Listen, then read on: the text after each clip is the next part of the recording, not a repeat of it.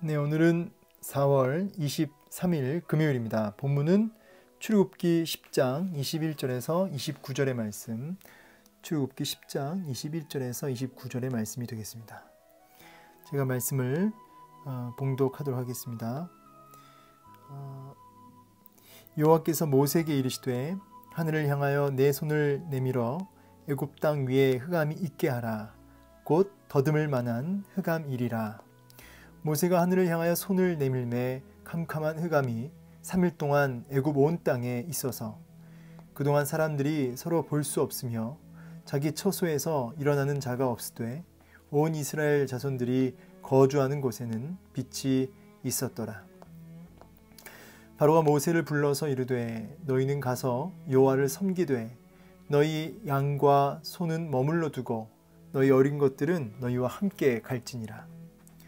모세가 이르되 왕이라도 우리 하나님 여호와께 드릴 제사와 번제물을 우리에게 주어야 하겠고 우리의 가축도 우리와 함께 가고 한 마리도 남길 수 없으니 이는 우리가 그 중에서 가져다가 우리 하나님 여호와를 섬길 것임이며 또 우리가 거기에 이르기까지는 어떤 것으로 여호와를 섬길는지 알지 못함이니이다 하나. 여호와께서 바로의 마음을 완악하게 하셨으므로 그들 보내기를 기뻐하지 아니하고 바로가 모세에게 이르되 너는 나를 떠나가고 스스로 삼가 다시 내 얼굴을 보지 말라. 내가 내 얼굴을 보는 날에는 죽으리라. 모세가 이르되 당신이 말씀하신 대로 내가 다시는 당신의 얼굴을 보지 아니하리이다. 아멘.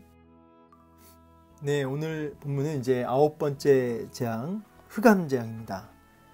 자, 오늘은 이 애굽 땅에 참 특별한 재앙, 이제 완전한 어둠으로 그 애굽 땅이 완전 어둡게 되어지는 재앙을 보게 되는데요. 21절 여호와께서 모세에게 이르시되 하늘을 향하여 내 손을 내밀어 애굽 땅 위에 흑암이 있게 하라. 곧 더듬을 만한 흑암이리라. 이 더듬을 만한 흑암이다를 직역하면 사람이 어둠을 느낄 수 있는 흑암이다 이렇게도 읽는데요. 이 부분에 대해서 어떤 자료를 보니까 모래폭풍이 아니겠는가 이렇게도 보더라고요. 이제 그렇게 말하는 이유는 이게 단순한 어둠이면 등불을 켜고 움직일 수 있다는 얘기죠. 그런데 보면 이제 이 사람들이 자기 처소에서 일어날 수가 없는, 그래서 꼼짝없이 갇혀 있는 그런 모습을 보여준다는 것이죠. 그래서 이 모래폭풍이 완전히 이렇게 애굽 땅을 전역을 다 뒤엎어서 그 앞을 한 치 앞을 내다볼 수 없는, 실제로 이 모래폭풍은 이제 우리나라에서는 경험되어지진 않지만 뭐 혹시 영화를 보셨거나 뭐 장면을 보신 적이 있는지 모르겠습니다. 근데 이 모래폭풍이 심하면 뭐 한 치 앞도 안 보이는 거죠. 3일 동안 그게 이 모래폭풍이 애굽 전역을 완전히 덮어버린 것이죠. 그래서 등불을 킬 수도 없고 등불을 킨다고 해도 뭐 볼 수가 없으니까요. 그렇죠? 그래서 자기 처소에 꼼짝없이 갇혀 있는 모습을 보고 이렇게 얘기를 합니다. 그런데 이제 우리 또 다른 이제 해석들을 보면은 모래폭풍이라는 말은 없다, 분명히 그냥 흑암이라고 말씀하셨지 모래폭풍이라는 말은 없지 않았느냐, 이건 너무 해석이 가미된 것이다 이렇게도 말씀을 하세요. 저는 개인적으로 모래폭풍이 아주 그럴듯하지만 왜냐하면 이렇게 근거적으로도 등불을 킬 수 있음에도 불구하고 등불을 킬 수 없을 정도의 흑암이라고 했으니까 등불을 켜면 보일 거 아니에요. 그런데 움직일 수 없을 정도로 어두웠다고 하니까 모래폭풍도 일리가 있어요.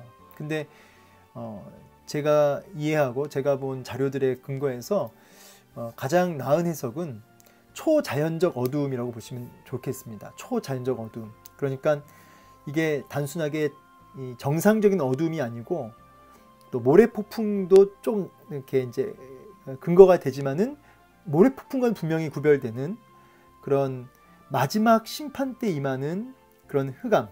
이제 예를 들자면 이사야서 뭐 9장 2절 말씀이나 뭐 스바냐서에도 나오죠. 스바냐서 1장 15절에도 나오고 찾아서 읽어보면 나오지만 마지막 날에 흑암이 임한다고 하는 그 예고가 있습니다. 그래서 이 어둠은 심판, 뭐 죽음 이런 의미가 있거든요. 그래서 이 흑암은 단순히 모래폭풍을 넘어서 완전한 하나님의 그 심판을 의미하는 초자연적인 그런 특별한 어둠이 임했다라고 해석하는 것이 가장 좋을 것 같습니다.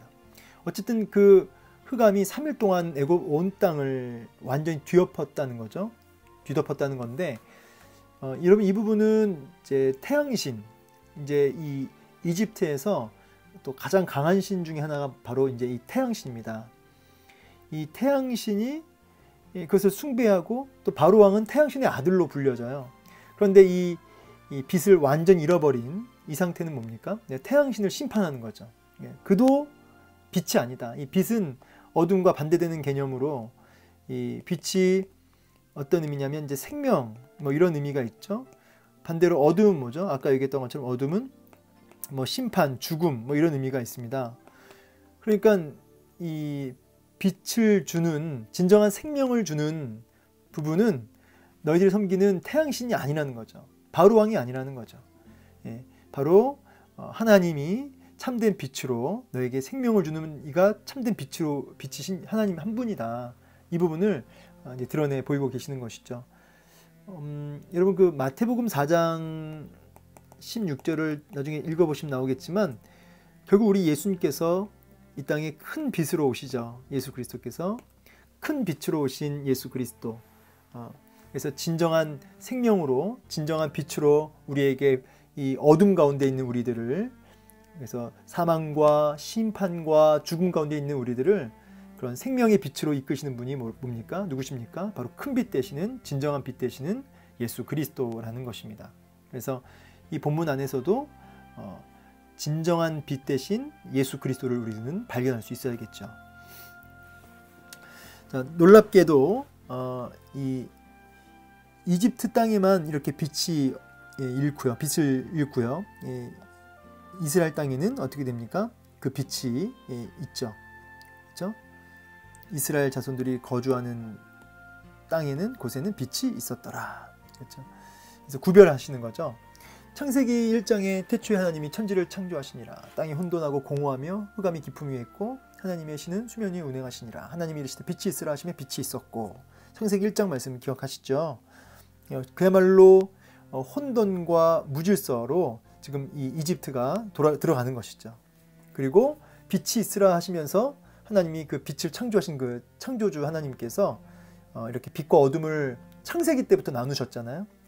여전히 이렇게 빛과 어둠을 이렇게 나누시는, 그래서 고센 땅에는 빛이 있고 이집트 땅에는 어둠이 있는 이 구분하시는, 나누시는 하나님의 모습을 보게 됩니다. 결국은 참 빛 대신 예수 그리스도, 참 빛 대신은 여호와께 나아가지 않으면 이와 같이 혼돈과 흑암과 무질서 속으로 들어가는 것이죠. 심판, 죽음 속으로 들어가는 것이죠. 이렇게 구별하시는 거예요. 참 빛으로 나아가는 자에게는 생명이 있고, 참 빛을 외면하고 끝까지 허무한 헛된 것들을 숭배하고 붙들고 나아가는 그들의 이집트 세상에게는 뭐가 임합니까? 흑암, 혼돈과 흑암과 사망과 심판이 임한다. 이걸 하나님이 정하시고 구분하신 것이죠. 이런 구원과 심판이 이렇게 보여지는 본문입니다. 자, 바로가 모세를 이제 급히 불러서 이제 이 흑암이 3일 동안 됐으니까요. 아무것도 할 수 없으니까 양과 소만 두고 자녀는 데리고 가라. 이제 전보다는 좀 인심을 쓴 거죠. 여호와를 섬기되 양과 소는 두고 애들은 데리고 가라. 그래, 큰맘 먹고 내가 허락한다. 이렇게 얘기한 건데 모세가 이런 타협점을 전혀 받아들이지 않죠. 말도 안 되는 소리 하지 말라는 거죠. 우리 하나님 예배해야 되는데, 우리가 하나님 앞에 나아갈 때 예배할 때 제물을 드려야 된다. 그럼 짐승을 가지고 제물을 드려야 되는데, 또 그 짐승으로 제물을 드릴 때 하나님이 어떤 짐승을 제물로 받으실지 모른다. 가서 하나님이 부르시고 지정하시는 그 짐승으로 제물을 드려야 되기 때문에 짐승 한 마리도 남기고 갈 수 없다. 오히려 바로 왕이 우리가 하나님 앞에 나아갈 때 주어야 한다. 이렇게까지 당당하게 얘기하죠. 그랬더니 이제 이 바로가 완전히 마음이 이렇게 그야말로 이렇게 삐졌다고 해야 되나요? 완전히 마음에 분노로 가득 차서요. 몸조심해라 너. 이제 앞으로 너랑 나랑 한 번이라도 더 보면 그때 너 죽는, 그날이 더 죽는 날이야 라고 이렇게 윽박을 지릅니다. 그랬더니 모세가 안 뒤지고요. 맞다고, 당연하다고, 다시는 당신의 얼굴을 보지 않을 거라고 하면서 오히려 모세가 더 큰 소리 치고 나오는, 최후 통첩을 하고 나오는 모습 보게 됩니다. 이제 오늘 이 말씀을 통해서, 오늘 짧은 본문인데 이 짧은 본문에서 우리는 복음을 좀 붙들었으면 좋겠습니다. 저는 그런 생각합니다. 이 흑암장을 보면서 마지막 심판에, 또 심판날에 이런 어둠이 쫙 깔린다는 거죠. 그래서 진짜 재앙은 물리적인 어둠이 아니고 영적인 어둠이라는 거예요. 마지막 날에 이 흑암재앙과도 같은 진짜 너무나 이 무분별한 그런 재앙이 마지막 심판 때의 재앙이라는 것이죠. 제가 여기다 이렇게 썼는데, 물리적 어둠이 문제가 아니고 영적인 어둠이 사실 진짜 재앙이라는 것입니다. 오늘 본문에서 이 흑암재앙을 통해서 이 바로에게는 진짜 문제는 이 물리적 어둠이 아니었고, 바로의 눈이 영적인 눈이 어두운 이 영적인 어둠이 사실 바로에게는 진짜 그게 큰 문제였다는 것이죠. 그게 진짜 흑암이고 그게 혼돈이었다는 거죠. 여러분, 오늘 우리에게도 세상이 뭐 어렵다, 힘들다 얘기합니다. 그렇죠. 세상 너무 뭐 코로나 때문에도 그렇지만 경제적으로도 그렇고 참 힘든 시대를 살고 있죠. 어려운 이때에 어쩌면 흑암 재앙과도 같은 막막한, 한 치 앞도 보이지 않는 오늘날, 사실 진짜 흑암은 뭐가 문제냐면 우리 영적인 어둠이에요. 영적인 어둠. 환경은 늘 여러분 정도의 차이는 있었지만 사실 여러분 생각해 보십시오. 뭐 쉬운 적이 있었던가요? 항상 어려웠지. 뭐 항상 상대적이고요. 항상 그때그때가 어려운 겁니다. 환경을 개선시키고 나아지게 하는 부분들은 언제나 한계가 있는 것입니다. 흑암 재앙, 한 치 앞도 안 보이는 세상. 여러분, 여기서 우리가 진짜 중요한 건 뭐냐면 우리 영적인 흑암에서 벗어나서 영적인 빛, 참 빛 되시는 예수 그리스도 앞으로 나아가서 눈이 밝아질 때, 우리 눈이 밝아질 때 이 흑암 같은 세상 속에서도 길이요 진리요 생명이신 예수님을 통해서 여러분 그 앞길이 환히 비춰진다는 거죠. 주의 말씀은 내 발의 등이요 내 길의 빛이니이다. 말씀대로 정말 예수 그리스도와 그 말씀을 통해서 이 흑암 속에서도 그 갈 길이 보이는 것이죠. 영적인 어둠에서 참 빛 되신 예수 그리스도를 통하여, 그 말씀을 통하여 눈을 떠라. 그것이 흑암 재앙에서 살 유일한 길이다라고 하는 메시지가 오늘 우리가 붙들어 핵심 메시지가 되겠습니다. 오늘 이 말씀 기억하시면서 흑암 속에 계십니까? 그래서 답답하시고 막막하십니까? 영적인 눈이 열리길 원합니다. 이를 위하여 빛 대신, 참 빛 대신 예수 그리스도와 그 말씀을 여러분 주목하시고 붙드십시오. 그러면 여러분 발에 빛이요 등불이 되어서 갈 길을 열어주시고 보여주실 것입니다. 예수 그리스도를 선포하시고 그 말씀을 계속 되뇌이시면서 여러분 마음속에 말씀이 이렇게 되새김질 되어지는 빛 대신 예수 그리스도가 여러분 가슴에 확 채워지는 은혜가 있기를 축복합니다. 감사합니다.